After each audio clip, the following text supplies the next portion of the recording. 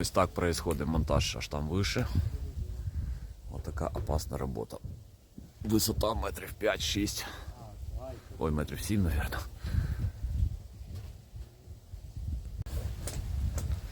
Ось так монтуємо димоход.